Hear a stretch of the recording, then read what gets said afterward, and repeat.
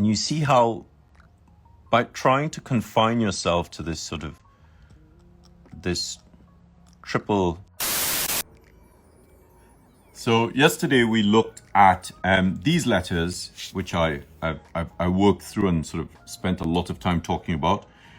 So I'm going to start with the T here and get through as much as I can get through.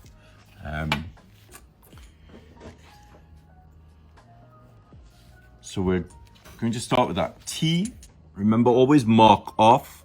So they are 3. I'm using the Monteverde Venetian Red ink.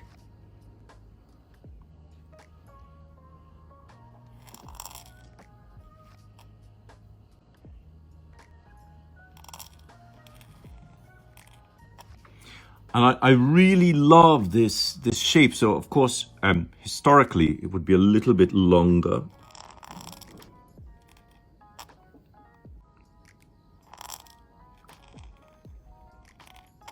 So you really get that sense that the crossbar is half, is divided in half by the line of universal beauty.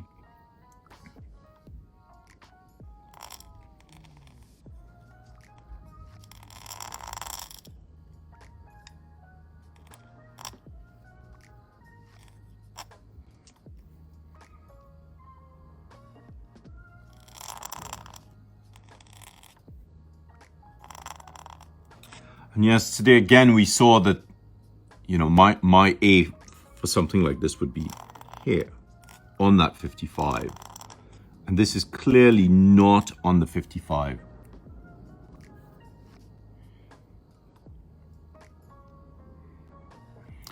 Now, because the nib is so much sharper and smaller, I'm going to drop down to 2 lines rather than 3 because it's really hard to control it at 3.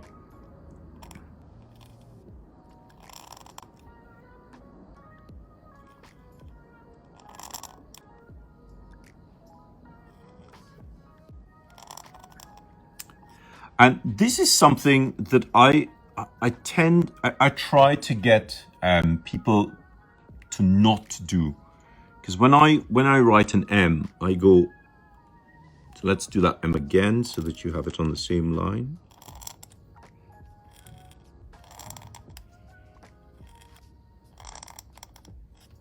My M would be on the 55, up and over and on the 55, up and over and on the 55 and on the 55. Whereas most people tend to come down and go across and up and down. Look at how different these two hairline strokes are, the entry stroke into the indirect movement. But this is a feature of sort of 17th and 18th century copperplate script, English Roundhand, sorry. I'm going to have to do 3 for this.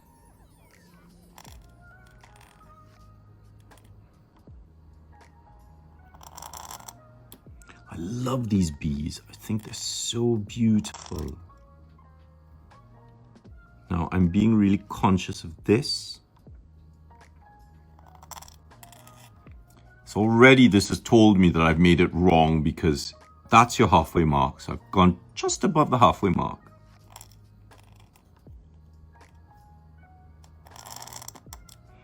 And I want this bowl to point downwards.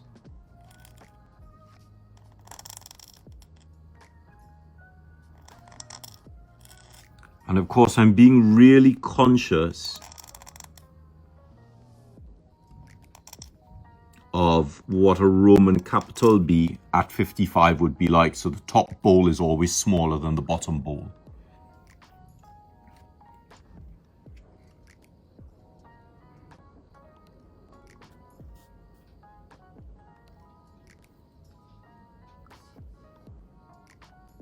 Now, with the ball serif, so there are 2 types of serifs. We have a little ball serif, and we have what I call a dollop serif. So this is your ball serif. So I'm going to start with a dollop serif. Up and down and up and over, right? So that's your A, right? Now, that's a dollop serif. A ball serif would be up and over, back, down, up, up, and around, and back down. So do you see how that's created a sort of more of a comma-like shape, a more of a distinctive comma-like shape? So let's do that again. Oh, sorry.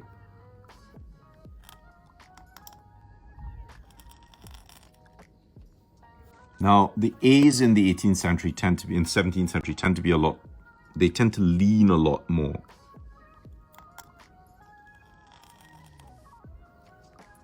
That's your 55.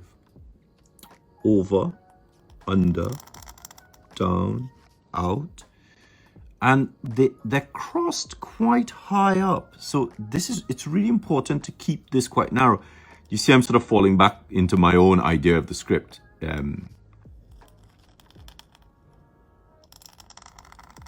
So that's what they would look like. Notice that's the 55. That is not 55. Where are we at? Oh, love this B.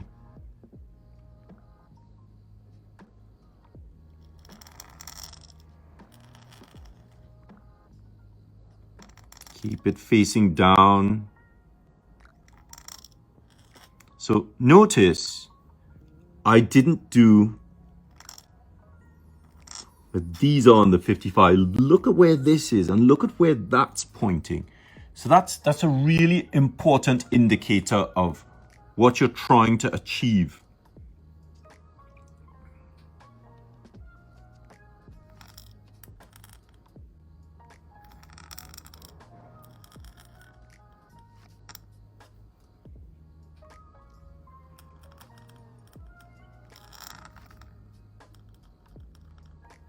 And there's a much more sort of circular, again, I'm sort of on that 55, which I don't want to be on.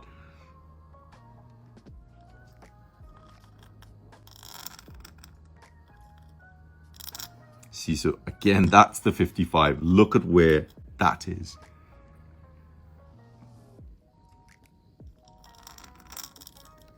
Keep it low, keep it flat, fill it in. So don't go back and fill it.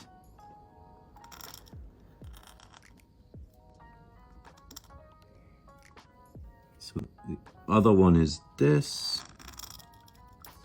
Stay right on top of yourself.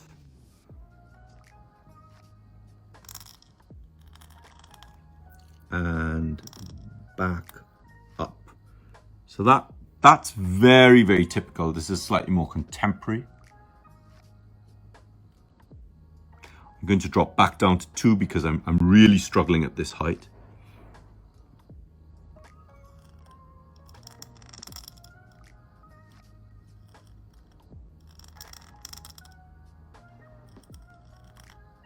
Two very different shapes. Of course, you can also do little loop, bigger loop, little loop.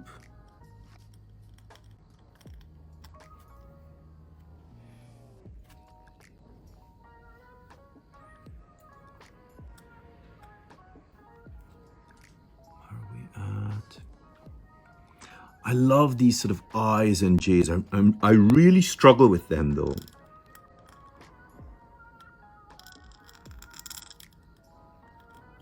Because again, you know, I'm looking at the historical version and it's actually more like this. It leans even more than that.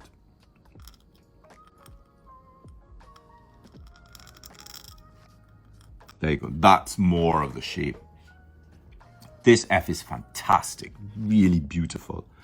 So again, go up. So I'm going to do it at 3 so that you can see it.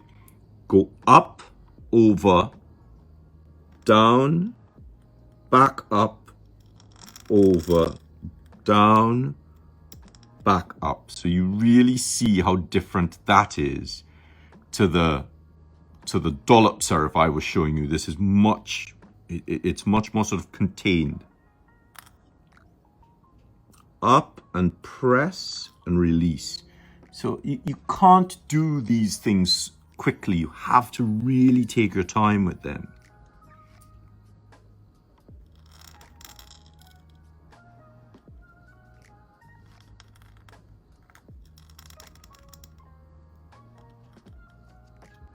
And you know, the D's, this is still too narrow because of course my D is this.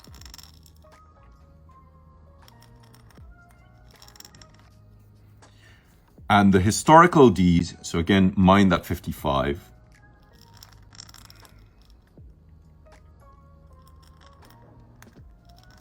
Tend to be more, see that's a circle.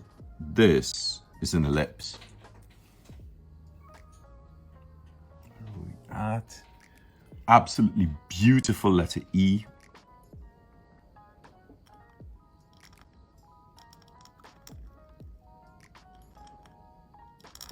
Notice weight, weight, half weight, half weight.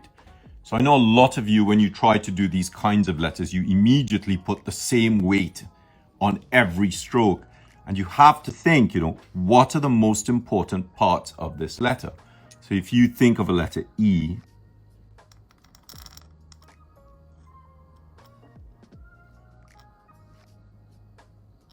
that's a letter E. And so this corresponds, this stem corresponds to this part of the letter. So you have to be really conscious of how that works. I'm also trying to keep this down to 20 minutes because of some issues that Facebook have started adding to posts. So where are we at? E, beautiful F, absolutely stunning. Again, mind the 55.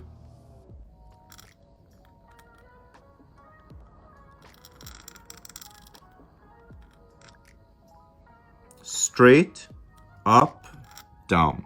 So many variations in these little crossings. So this is still a little too, it's too bulky. Let's make it a little bit narrower.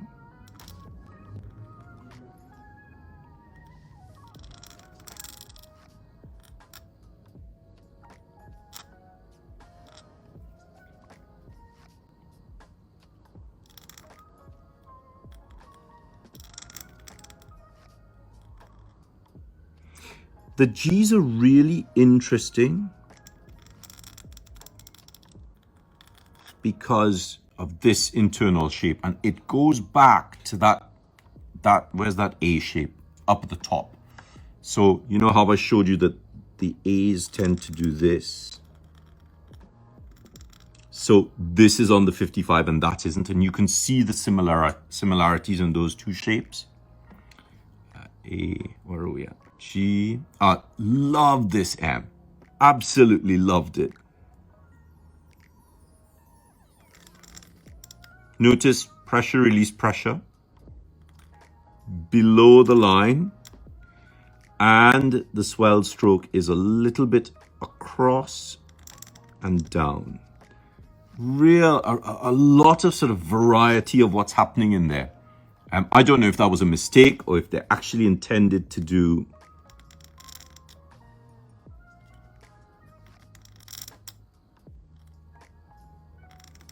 that. It sort of looks like a N and a P together. S, love these S's. So again, mind that 55, up and over, down and up and back. Now that looks like it's leaning forward quite a lot. These S's are really difficult to get right. And I think I will stop at that line. So lots of new and interesting kinds of letter forms. This is something to really work on. The ball shape versus a dollop. So we have this shape.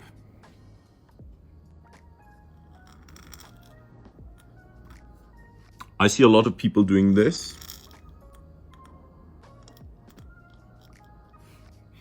That's a very different shape to this. But the thing to be conscious of is, what is the axis of this? Because look, the axis is here.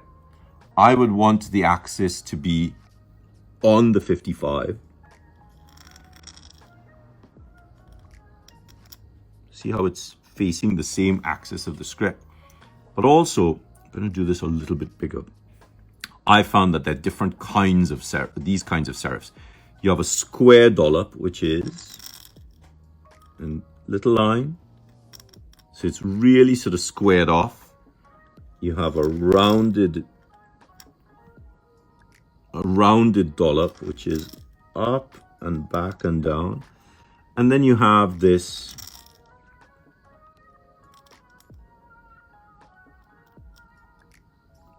real sort of ball serif.